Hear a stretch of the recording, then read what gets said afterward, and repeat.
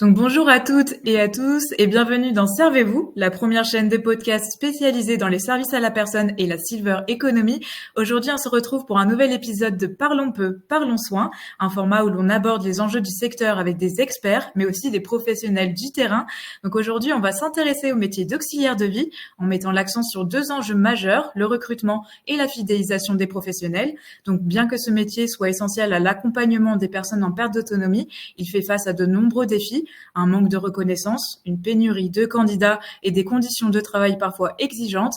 Pourtant, ces professionnels jouent un rôle clé au quotidien. Donc, comment attirer et garder ces talents? C'est ce que nous allons explorer dans cet épisode. Et pour en parler aujourd'hui, j'ai le plaisir d'accueillir deux invités qui vont nous éclairer sur ces enjeux.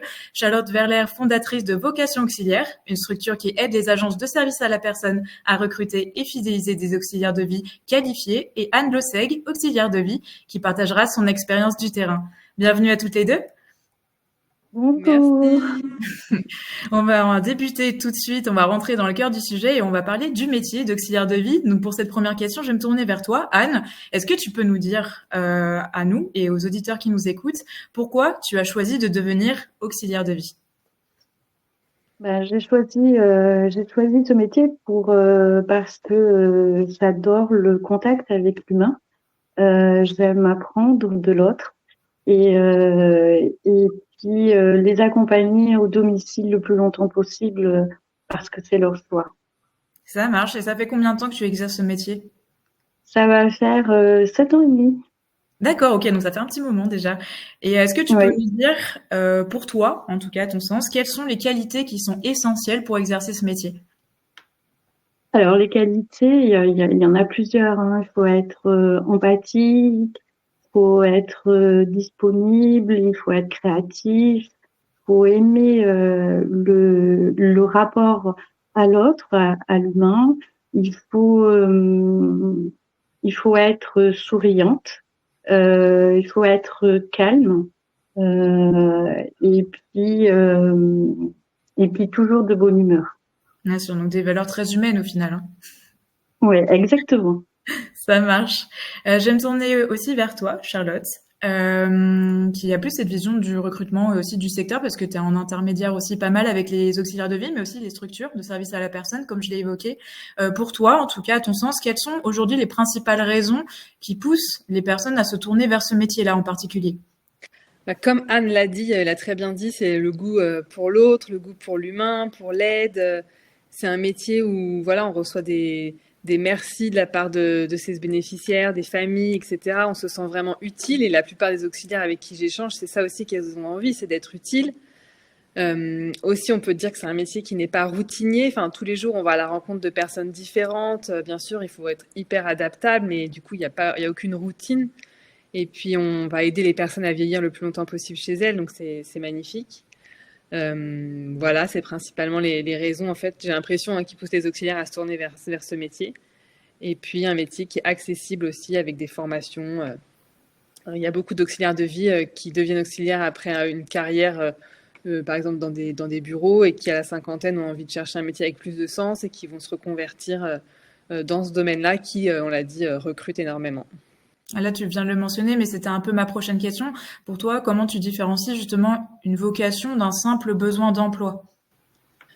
Bonne question. Une vocation, pour moi, c'est vraiment quelque chose qui nous appelle. C'est le seul métier qu'on peut faire, là où on se sent bien, là où on a envie d'être. Ça correspond à notre personnalité, à nos valeurs, à notre envie d'être au quotidien. On pourrait pas faire un autre métier que celui-là, mais il n'y a pas que auxiliaire de vie qui peut être une vocation. Il y a bien sûr, on dit souvent instituteur, c'est une vocation, médecin par exemple. Donc voilà, c'est ça. Mais par contre, je voulais rajouter que c'est pas parce qu'on a la vocation qu'on fait ça bénévolement. Les Bien sûr. auxiliaires de vie, c'est un métier comme un autre, et donc elles ont besoin d'être payées, enfin elles vivent de leur métier, donc certes elles adorent aider les autres, elles parce que c'est souvent des femmes, mais il faut qu'elles puissent en vivre et qu'elles puissent gagner leur vie. Et aujourd'hui, c'est aussi un des sujets, on va l'évoquer après, qui est compliqué, c'est les salaires. Bien sûr, la reconnaissance du métier, bien sûr, on va en parler dans cette table ronde. On va parler également du recrutement, bien sûr, c'est aussi un défi qui est important pour les agences de services à la personne. Il y a une pénurie un manque de personnel aussi aujourd'hui. Aujourd'hui, Charlotte, pour toi, quels seraient les principaux freins que tu as pu observer du recrutement dans ce secteur en particulier? Bon, bah, Anne, je sais pas si tu vas être d'accord avec moi, mais la principale difficulté, c'est les conditions de travail. Être Ouais, auxiliaire de vie, bah, oui, il faut être présent tôt le matin chez la personne parce qu'on va l'aider à se lever. Donc, on va pas se lever à 11 heures au midi. On va l'aider à faire sa toilette. Bah, on va pas faire ça la toilette à 14 heures. Donc, voilà, il faut être présent tôt le matin. Pareil le soir pour le coucher. Dans la journée, il y a beaucoup de coupures. Il y a des temps morts un peu où il n'y a pas grand-chose à faire. Donc, bah, quand vous n'avez pas le temps de rentrer chez vous, souvent vous restez dans votre voiture ou vous restez dans un café. Enfin, il n'y a pas forcément de lieu pour vous accueillir. Si vous travaillez en milieu rural, vous avez souvent beaucoup de routes à faire. Vous utilisez très très souvent, maintenant il y a un peu plus de voitures de service, mais il y a quand même beaucoup d'auxiliaires qui utilisent encore leur propre voiture. Donc quand elles tombent en panne, c'est à elles de payer les réparations. Et si elles peuvent pas payer, bah, in fine, elles perdent leur emploi. Euh, voilà, et puis surtout, bah, vous êtes face à des gens qui sont âgés, qui sont malades, qui peuvent être parfois déprimés parce qu'ils voient personne. Donc vous devez leur remonter le moral, arriver, comme elle disait Anne, toujours de bonne humeur, toujours bienveillante et souriante. Mais bon, bah, vous-même, peut-être que parfois vous en avez un peu lourd parce que vous êtes seul aussi au quotidien, vu que vous êtes chez vos bénéficiaires, vous n'avez pas vraiment de soutien, parfois vous en manquez. Et, euh, et voilà, du coup, il faut être hyper enthousiaste, alors que vous-même, parfois, ça peut être compliqué. Donc ça peut être un frein, en tout cas, toutes les conditions de travail en général. Et puis, bah, bien sûr, il y a les salaires. On en a parlé. Alors, les salaires, ils sont beaucoup liés aux politiques publiques. Donc, parfois, les agences, elles aimeraient pouvoir payer mieux, mais elles ne peuvent pas le faire, malheureusement. Maintenant, quand on sait qu'une auxiliaire de vie qui se déplace toute la journée chez ses bénéficiaires, qui va gérer des personnes qui ont des maladies neurocognitives, qui va aider à la toilette, qui va aider au repas, elle est payée 12 euros de l'heure brute, qui est le même salaire plus ou moins qu'une hôtesse d'accueil ou un hôte d'accueil, même si j'ai rien contre les hôtes d'accueil, bien sûr, mais il reste au même endroit toute la journée à accueillir des gens. Bon, bah voilà, il y a quand même des choses à faire pour revaloriser financièrement ces métiers-là, c'est nécessaire. Oui, complètement. On va en parler aussi pas mal de tous ces problématiques et de ces enjeux futurs. Je voulais quand même te poser la question, Anne, pour toi, par rapport à ce que Charlotte vient d'évoquer. Est-ce que toi, tu as remarqué des freins précis, en tout cas dans ton métier que tu exerces quotidiennement? ben, les freins, Charlotte, elle l'a dit, hein, les déplacements, le salaire, le manque de formation aussi est un frein. Puis le manque de visibilité sur l'évolution du métier, en tout cas sur l'évolution de carrière qu'on peut avoir, parce que on peut commencer auxiliaire de vie et finir aide-soignante, éducateur spécialisé, infirmière si on va beaucoup plus loin, mais c'est un métier qui peut évoluer, même si on veut rester auxiliaire de vie, on peut évoluer, c'est-à-dire avec ses formations sur les différentes pathologies, être référent sur une pathologie, être responsable de secteur. Enfin, il y a plusieurs postes et le salaire, oui, 12 euros brut. Quand on fait ce qu'on fait, on prend pas en compte en fait les compétences qu'on peut avoir parce que dans une journée on peut avoir 5, 6, 7 pathologies différentes. Donc on doit avoir des compétences dans chaque comportement qu'on doit avoir face à une pathologie. Et ça, c'est pas pris en compte véritablement par les finances publiques, par les structures, parce que par manque de moyens financiers. Charlotte l'a expliqué aussi, hein. Et puis voilà, c'est toutes ces freins qui fait que qu'à la fin, il n'y a pas beaucoup de monde qui veut y rentrer, ou en tout cas, il y a des personnes qui y viennent, mais restent pas très longtemps parce qu'elles se rendent compte de la réalité du métier sur le terrain. Voilà, donc il y a un vrai travail à faire sur l'image du métier. Redorer l'image des métiers du soin en règle générale en plus. Hein. Ouais. Oui. Oui, en règle générale, mais plus peut-être sur l'auxiliaire de vie, on a une image. Alors, depuis le Covid, on a une image un peu mieux. On nous a peut-être enlevé le balai entre les mains parce qu'on a compris que le lien a été essentiel. Sans ce lien, même avec un balai, le balai répond pas. Hein, donc, il vous parle pas. La personne vous parle. Donc, même pour faire du ménage, on a besoin de lien. Et que ce lien, il est dans les prises en charge, il n'est pas pris en compte. Oui, bien sûr. Ça marche. Bah, écoutez, merci en tout cas pour vos deux réponses complémentaires. Je voulais également vous poser une question, en tout cas Charlotte, sur notamment, on a parlé des formations et des qualifications. Comment aujourd'hui on peut accompagner justement une personne qui souhaite aujourd'hui devenir auxiliaire de vie, mais qui n'a pas encore toutes les qualifications requises? Alors, en fait, il existe plein de formations, mais pour devenir auxiliaire de vie, mais j'ai l'impression que c'est pas très connu, ou en tout cas, les agences savent pas trop comment y avoir accès. Bon, déjà, si on a envie de devenir auxiliaire de vie, c'est déjà qu'on aime l'humain, et donc on a fait 50% du chemin. Mais après, comme disait Anne, c'est quand même un métier technique. C'est pas aide ménager, c'est accompagner des pathologies, savoir cuisiner, savoir porter des charges lourdes, maîtriser les gestes et postures pour pas se blesser soi-même. Et du coup, pour devenir auxiliaire de vie, pour se former, bah, il y a plusieurs solutions. Il y a par exemple la préparation opérationnelle à l'emploi individuel. Donc ça, c'est un dispositif de France Travail pour les personnes qui sont au chômage et qui peuvent suivre une formation de 3 mois pour devenir auxiliaire de vie, qui est une formation rémunérée et qui donne aussi accès à un CDI à la fin. Donc ça, c'est une super opportunité quand on veut devenir auxiliaire de vie. Il y a un dispositif qui n'est pas très connu, mais qui s'appelle l'alternance Pro A. Donc, c'est de l'alternance pour les salariés déjà en poste, en fait, qui veulent se former. Et pareil, c'est totalement pris en charge par les organismes de formation. Donc, l'agence ou l'employeur, il n'a pas à payer. Et puis après, on peut aussi demander à un conseiller en évolution professionnelle auprès de France Travail pour si on veut se reconvertir et du coup, lui demander un peu par quelle formation on peut passer. Et il y a beaucoup d'agences, en tout cas de groupes d'agences, qui ont maintenant mis en place leur propre institut de formation interne, qui peuvent aussi former au métier.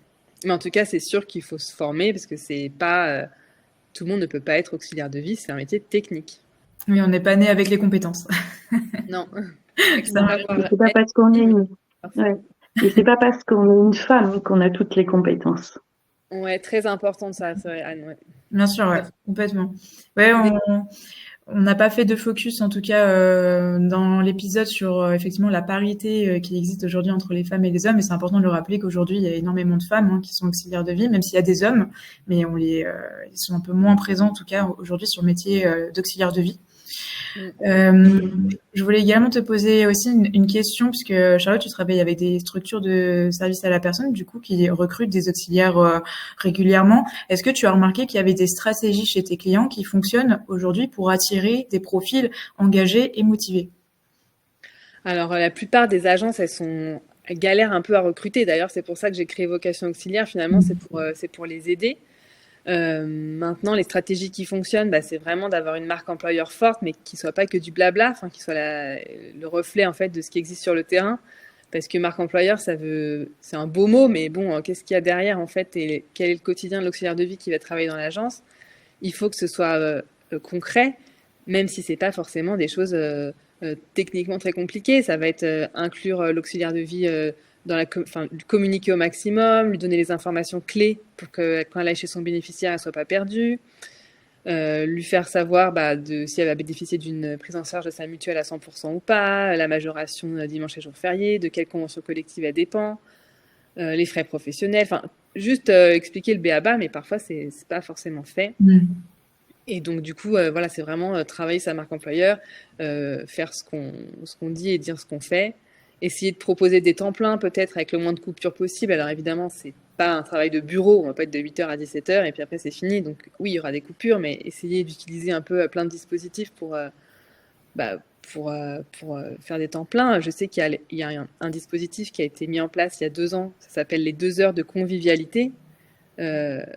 Est-ce qu'on pourrait pas utiliser ces 2 heures de convivialité quand les après-midi sont un peu plus calmes, pour permettre aux auxiliaires d'aller plus faire de la stimulation cognitive, de l'accompagnement, du jeu. Personnellement, ça je l'ai vu je le connais, mais aucune agence ne m'a jamais parlé de ces 2 heures de convivialité, donc je ne sais pas comment c'est mis en place et si c'est l'est. Mais en tout cas, voilà, c'est des choses qui se permettent d'avoir du temps un peu plus plein. Et puis aussi, les agences, ce qu'il faut qu'elles sachent, c'est qu'elles doivent être réactives. En fait, il y a tellement d'offres, enfin, il y a pléthore d'offres sur Internet. Les auxiliaires de vie, elles vont postuler, il faut que l'agence, elle réponde en 2 heures, quoi, pas 7 jours après, comme j'ai vu, ou 10 jours après. Après, elles vont dire, oui, mais on n'a pas des bons profils. Oui, mais en fait, il faut répondre immédiatement, parce que c'est sûr que l'auxiliaire de vie, sinon, elle va passer à autre chose, et puis elle a besoin d'argent pour vivre, donc elle va pas Bien sûr. attendre 9 jours que, tiens, l'agence, elle répond. Donc voilà, vraiment être super réactif. Et puis, être dans l'écoute, hein, dans l'accompagnement, c'est un métier humain avant tout, donc oui, il faut accompagner ces auxiliaires. Et bien sûr, ça marche pas toujours parce qu'il y a toujours des gens qui vont pas être vraiment motivés ou qui vont faire croire que oui, ils sont motivés, puis finalement, 2 semaines après, ils vont partir. Oui, c'est sûr. Mais déjà, si on fait tout ça, ça va limiter les mauvais recrutements. Ça marche, je te remercie. Je t'ai pas posé la question, Anne, mais je souhaitais te la poser aussi par rapport au recrutement. Comment justement, toi, t'as trouvé ton premier emploi en tant qu'auxiliaire de vie? Moi, mon premier, c'était un remplacement d'une copine. On s'est vu, qui m'a demandé si je pouvais la remplacer. Ok. Et je suis rentrée comme ça dans le maintien à domicile. Et après, voilà, hein, une histoire personnelle aussi où il y a eu besoin d'accompagnement pour 2 personnes dans ma famille. Voilà. Ça marche. Et aujourd'hui, bon, on a parlé pas mal des freins aussi par rapport à ce métier. Pour toi, à ton sens, aujourd'hui, qu'est-ce qui t'a donné envie de rester dans ce métier malgré les contraintes qu'on a évoquées juste avant? Oh ben c'est le rapport à l'autre, c'est le rapport avec le bénéficiaire. C'est ce qu'ils vous apprennent, c'est leur regard, c'est leur sourire, leur peine, leur histoire, parce qu'ils vous apprennent beaucoup de choses. Hein. On apprend hein, des bénéficiaires. Hein. Euh, en fait, c'est l'humain. Voilà pourquoi je reste, parce que c'est de l'humain et que chaque bénéficiaire a son histoire et en fait, dans une journée, on a plusieurs histoires. Comme Charlotte l'a dit avant, hein, c'est un métier qui est pas monotone du tout. Chaque journée est différente, chaque heure est différente, chaque prise en charge est différente. Et c'est ce qui me fait rester, moi, c'est la prise en charge et ce que je peux accomplir. Un sourire vaut un soleil dans notre journée. Un merci vaut des étoiles dans nos yeux. Donc, c'est pour ça qu'on reste, en fait, malgré les conditions qu'on a. Bien sûr, ouais. On va en parler beaucoup de ce côté humain, je pense, dans tout cet épisode, de toute façon. Et après, c'est là, je voulais revenir sur un sujet. C'est vrai, Anne, elle a vraiment raison. C'est pas parce que on est une femme qu'on est forcément dédiée aux soins et à être auxiliaire de vie. Enfin, dans cet imaginaire, c'est ok, super. Même des fois chez France Travail, on peut l'entendre. Ah, vous avez 50 ans, vous êtes une femme, vous cherchez à vous reconvertir. Bon, auxiliaire de vie. Non, en fait, tout le monde ne peut pas être auxiliaire de vie. Tout le monde n'a pas l'empathie, la bienveillance, l'écoute. Tout le monde n'a pas envie de le faire. Donc, c'est pas parce que tu es une femme, tu as 50 ans que tu vas faire ça. Non, oui, et puis de nous dire oui, mais vous savez changer un bébé, donc changer une personne âgée, c'est pareil, quoi. On change, et moi j'ai beau dire non, le corps n'est pas le même, la personne n'est pas le même. Le rapport à un corps usé est différent que sur un bébé. La prise en charge est différente. Et ça, c'est pas inné. C'est pas parce qu'on est une femme qu'on puisse le faire. Moi, j'ai beaucoup de copines en dehors qui me disent, moi, je pourrais pas faire ce que tu fais parce que ça me renvoie à mes parents, ça me renvoie à la mort, ça me renvoie à ma propre histoire et je pourrais pas. Donc c'est pas donné à tout le monde et à toutes les femmes et dans le métier il y a des hommes qui arrivent parce que moi, je voudrais rendre hommage à nos collègues hommes et qui apportent une autre dimension de la prise en charge et de l'approche de la personne. Euh, et, euh, et c'est en train de changer. Alors, dit doucement, mais les personnes commencent à accepter nos collègues masculins. Une anecdote, hein, c'est une personne âgée que j'avais et derrière c'était un collègue garçon et elle me dit oh là là là je vais pas donner le prénom de mon collègue hein, il va venir il faut qu'on aille mettre du rouge à lèvres se maquiller et en fait, elle était toute contente d'avoir un collègue masculin. Et puis, j'avais l'impression de retrouver la petite adolescente qui allait à son premier rendez-vous, qui mettait le rouge à lèvres, le parfum. Et moi, je lui disais, mais pourquoi vous ne le faites pas pour moi? Non, me dit Anne, vous êtes une femme. Hein. Moi, j'aime les hommes. Hein. Et je trouve ça génial parce que ça leur ramène un souvenir de femme, de séduire l'autre, et d'avoir ce sourire et de dire et puis d'aller se maquiller. Elle le partagera pas avec le collègue masculin, mais elle l'a partagé avec moi. Donc j'ai partagé un moment avec elle grâce à mon collègue masculin. Et elle, je sais qu'elle l'attendait impatiemment. Pour elle, c'était vraiment une autre prise en charge, une autre approche. Oui, c'est compréhensible. Ça lui a rappelé des souvenirs de jeunesse, oui, sûrement. Exactement. Chouette. On va passer maintenant à la partie que je voulais aborder avec vous, la partie fidélisation. Donc, comment garder aujourd'hui les auxiliaires de vie motivés et engagés. Donc ça, c'est une question que je voulais vous poser à toutes les deux. Pour vous, aujourd'hui, quels sont les leviers qui sont importants pour vous pour fidéliser les auxiliaires de vie actuellement? Je vais commencer par toi, Anne. Alors, le management, donner confiance à l'auxiliaire de vie et qu'elle soit active dans les décisions de la prise en charge, c'est-à-dire de dire ben voilà, il faut plus d'heures, il faut réévaluer le dossier et de faire confiance à l'auxiliaire de vie parce que c'est elle qui est sur le terrain ça c'est important de lui proposer un projet au sein de la structure d'évolution, un projet d'évolution au niveau de la carrière, un projet peut-être au sein de la structure qu'elle mettra en place. Ça peut être un projet pour, moi je sais pas, hein, juste un repas de Noël, organiser un repas de Noël, mais voilà, se sentir en fait intégré dans la structure et pas un nom sur un planning qu'on change. Après, écouter les demandes de l'auxiliaire de vie quand elle demande d'être formée. Ça, c'est aussi important.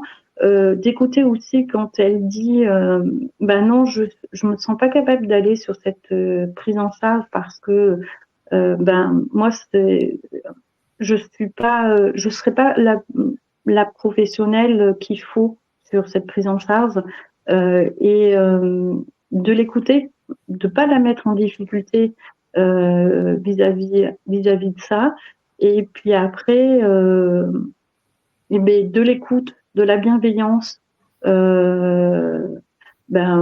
On est dans un métier d'humain, voilà, qu'on reste humain même dans les bureaux et même dans toutes les relations entre collègues et tout ce qui est administratif.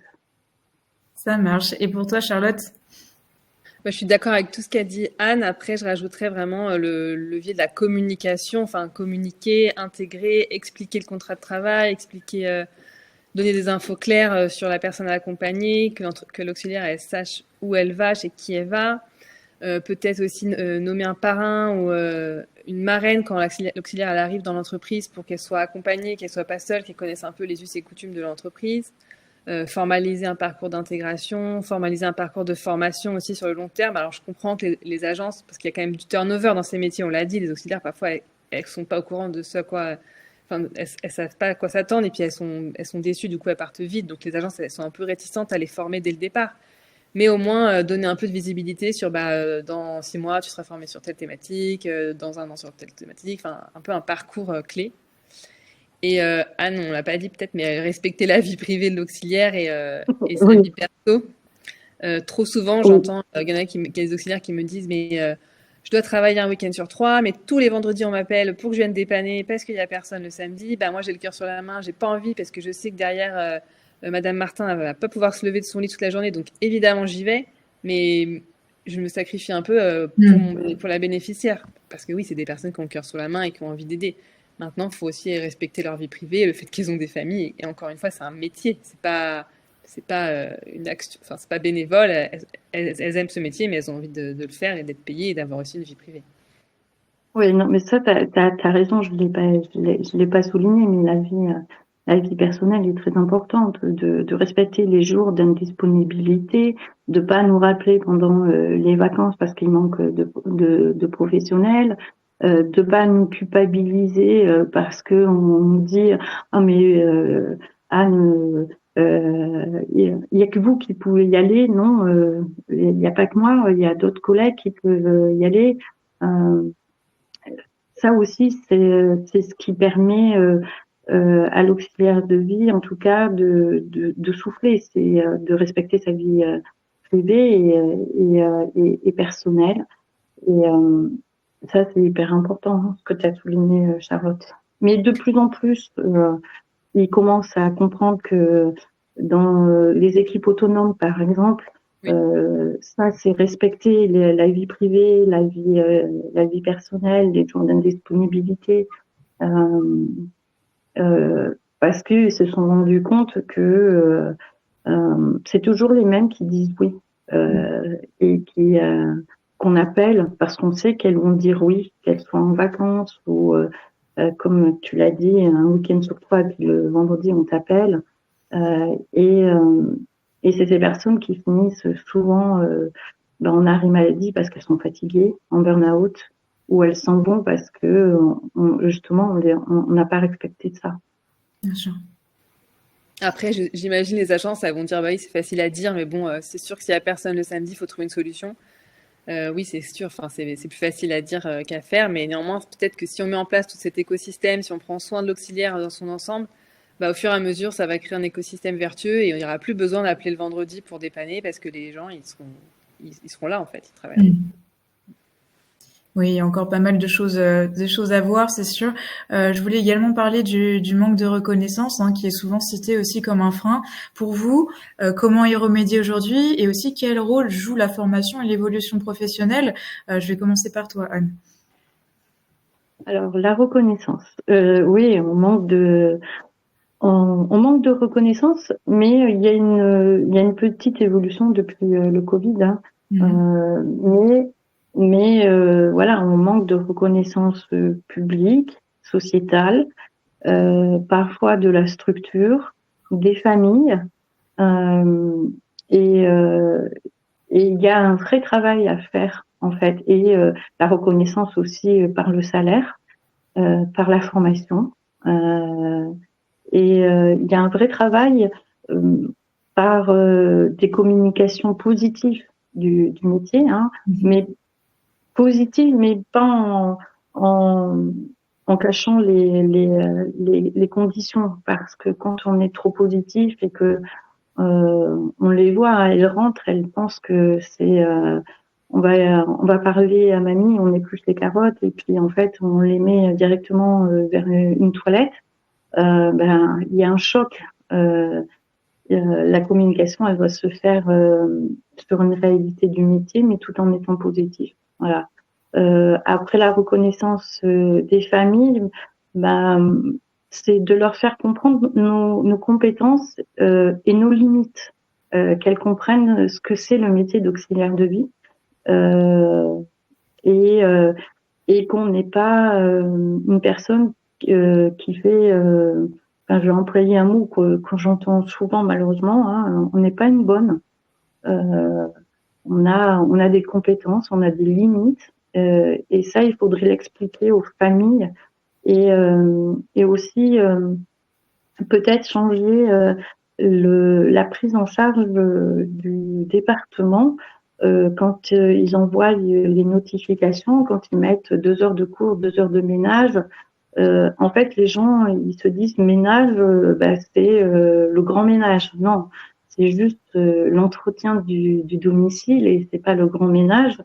Et si on mettait, par exemple, si la personne avait besoin de 6 heures d'accompagnement, enfin de 6 heures par semaine, on mettrait 6 heures d'accompagnement et ça féliciterait en tout cas notre reconnaissance, c'est-à-dire que si on a besoin de faire, mettons 1 heure de ménage, on ferait 1 heure de ménage. Et puis après, si on a besoin de 3 heures pour aller faire les courses parce que c'est peut-être son seul lien social qu'elle est, cette personne, et qu'elle met du temps, mais on aurait le temps, en fait. Ça, c'est aussi de la reconnaissance par rapport au département, hein. Et puis après, la reconnaissance du métier par lui-même. C'est-à-dire que qu'est-ce que la société, qu'est-ce que ça évoque pour la société, le métier d'auxiliaire de vie. Est-ce que ils sont conscients que on est là pour amener le plus loin possible, en tout cas accompagner l'autonomie le plus loin possible des personnes et de rester le plus longtemps possible à domicile. Est-ce que ils mesurent le métier réellement? Et son importance complètement. Et c'est vrai que, en fait, Anne, tu as totalement raison. Peu importe la religion, peu importe le statut social, Ouais. tout le monde aura besoin d'une auxiliaire de vie. C'est évident. Donc, il faut que les gens se rendent compte, en fait, que l'auxiliaire de vie, c'est indispensable. C'est comme le médecin, c'est comme l'infirmière, c'est comme le boulanger. Tout le monde aura besoin de l'auxiliaire de vie, qui est une personne formée, qui a des compétences et qui n'est pas la femme de ménage. C'est vraiment l'auxiliaire de vie, quoi. Pilier de la société, hein, en soi. Pilier de la Oui, société, on l'a vu oui, pendant le Covid. oui. Complètement. Oui, on est, en tout cas, on est le pilier de la société, oui, mais le pilier de la personne, du bénéficiaire, en fait. Parce que si on n'y va pas, c'est parce que si on n'y va pas, il y aura personne. Maintenant, les familles sont éclatées. Voilà, les enfants peuvent être à 400, 500 kilomètres.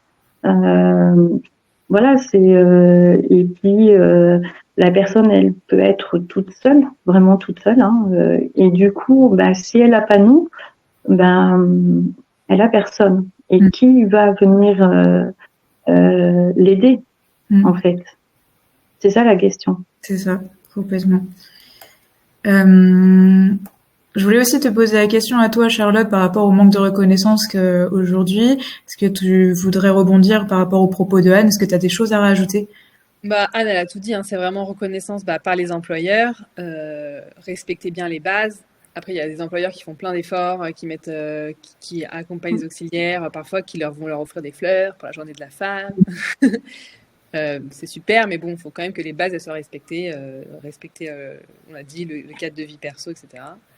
Et reconnaissance par les familles, par les bénéficiaires, que tout le monde soit bien au courant des diplômes de son auxiliaire de vie, de la formation qu'elle a suivie, et voilà, et puis du coup ne pas confondre auxiliaire de vie et femme de ménage, par exemple. On va parler de la perception du métier actuel et de l'avenir du secteur.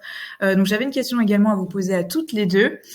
Pour vous, aujourd'hui, comment redorer l'image du métier d'auxiliaire de vie? Je vais commencer par toi, Charlotte. Comment redorer le métier? En communiquant dessus, en faisant comprendre au maximum de personnes que oui, c'est important et que tout le monde aura besoin d'une auxiliaire de vie, parce que plus on vieillit, quand on va vieillir, on aura besoin. Et puis, comment redorer la perception du métier? par exemple, au niveau des formations, il existe des instituts de formation pour les infirmiers, par exemple, des instituts de formation pour les aides-soignantes, mais pour les auxiliaires de vie, il y a plein de petits organismes, plein de petites formations qui sont dispersées un peu partout. Il n'y a pas vraiment il y a des référentiels, mais il y a des niveaux d'exigence différents. Du coup, je me disais, pourquoi pas un institut de formation des auxiliaires de vie, en fait, avec des référentiels identiques, un peu une formation équivalente sur toute la France, des thématiques euh, spécialement pour les auxiliaires, pour les pathologies cognitives, par exemple, pour la nutrition, sur la bientraitance, sur le secret professionnel, enfin plein de choses qui évoluent tout le temps, en fait. Voilà, du coup, je me disais, ça pourrait être une avancée, tu vois, pour l'avenir du secteur, c'est uniformiser les formations. Ok, ça marche. Pas de Je sais souci. pas, Anne, ce que tu en penses. Ben moi, ce que je pense, c'est uniformiser le diplôme, qu'on ait un même diplôme, toutes, tous, euh, et que, oui, les formations, on est tous les mêmes, et avec et que ça soit clair, les formations, que on n'entende pas d'un côté, ah oui, on peut faire des toilettes, d'un côté, on peut pas faire des toilettes, que ça soit vraiment cadré, hein. Il y a un référentiel, donc ben, qu'on s'attache à ce référentiel, et que là, normalement, on a une carte professionnelle, mais je sais pas si l'arrêté a été euh, a été publié. On a une carte professionnelle. Déjà, c'est une avancée parce que la carte professionnelle, on va pouvoir la montrer aux familles. C'est pas la carte de l'entreprise. Là, c'est comme les aides-soignantes, c'est comme les infirmières, elles ont une carte professionnelle. Ben, l'auxiliaire de vie aura une carte professionnelle. C'est aussi qu'on soit reconnu. On n'en a pas parlé, mais pendant les pandémies et pendant les pénuries, on n'était pas sur une liste prioritaire pour aller chercher de l'essence, pour avoir les masques, pour faire garder nos enfants. Ben, ça, c'est aussi une revalorisation et voir qu'on est important. Voilà, hein, que on puisse avoir accès comme les infirmiers et les aides-soignants. En fait, et puis peut-être avoir une formation commune avec, ça on n'en a pas parlé, mais avec les infirmiers et les aides-soignantes parce qu'on travaille à domicile ensemble. Et en fait, on n'a pas le même langage. Euh, ils ont l'aide-soignante et l'infirmier ont un langage de soignant et nous on a un langage social et peut-être avoir une formation commune, ça permettrait de créer du lien entre professionnels et que en fait les autres corps qui gravitent autour de la personne comprennent ce que c'est l'auxiliaire de vie parce qu'on se rend compte que on ne sait pas, ils savent pas non plus nos limites et nos compétences et vice versa. Hein, et ça, ce serait bien parce que c'est une prise en charge ou commune et puis qu'elle soit optimale en fait. Et une formation commune, ce serait bien. Ok. Voilà. Enfin, moi, je trouve que ce serait à réfléchir ça.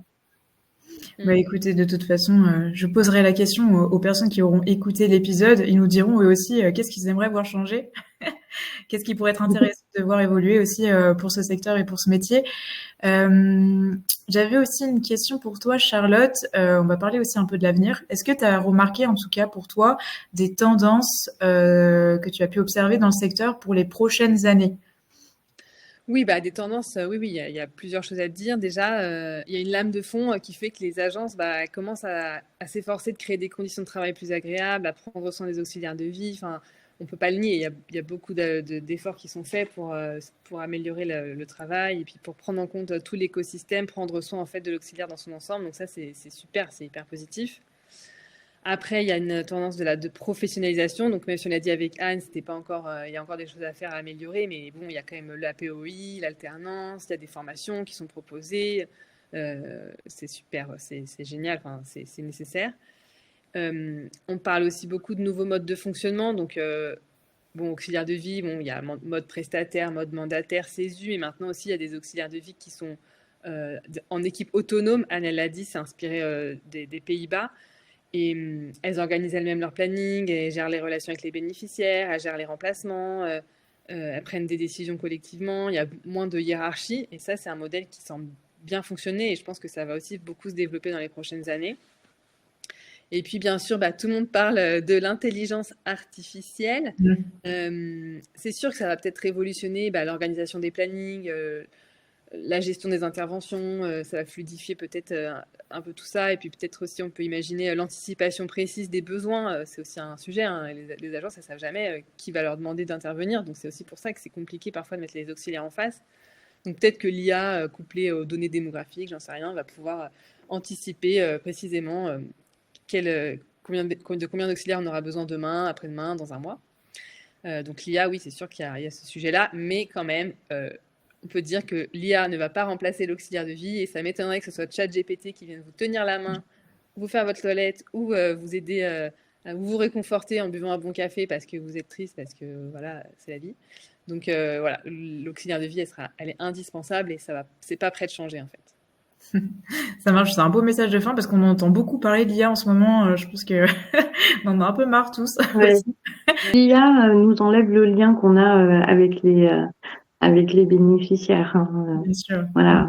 Il ne faudrait pas nous mettre un robot qui vient de faire la conversation, et puis nous qu'on ait que les charges de technique à faire. Non, on a besoin de liens, et puis de regard humain. Voilà, hein, quand un bénéficiaire voit vos yeux larmoyants parce qu'il est triste, parce que vous êtes humaine, vous aussi en face, l'IA la passe. Hein. Là, ce sera peut-être pour les bureaux, voilà, ce qui permettra peut-être aux responsables de secteur d'être un peu plus libres pour justement pour la communication, pour donner un sens à leur métier, parce que responsable de secteur, c'est un métier aussi. Voilà, et retrouver l'humain dans le responsable de secteur, et pas juste un gestionnaire qui fait des remplacements, enfin qui déplace un nom, voilà. Ok, ça. Voilà, sur l'IA. L'intelligence artificielle pour l'organisation, et l'intelligence émotionnelle pour les auxiliaires de vie. Exact. Très beau message pour cette quasi-fin d'interview.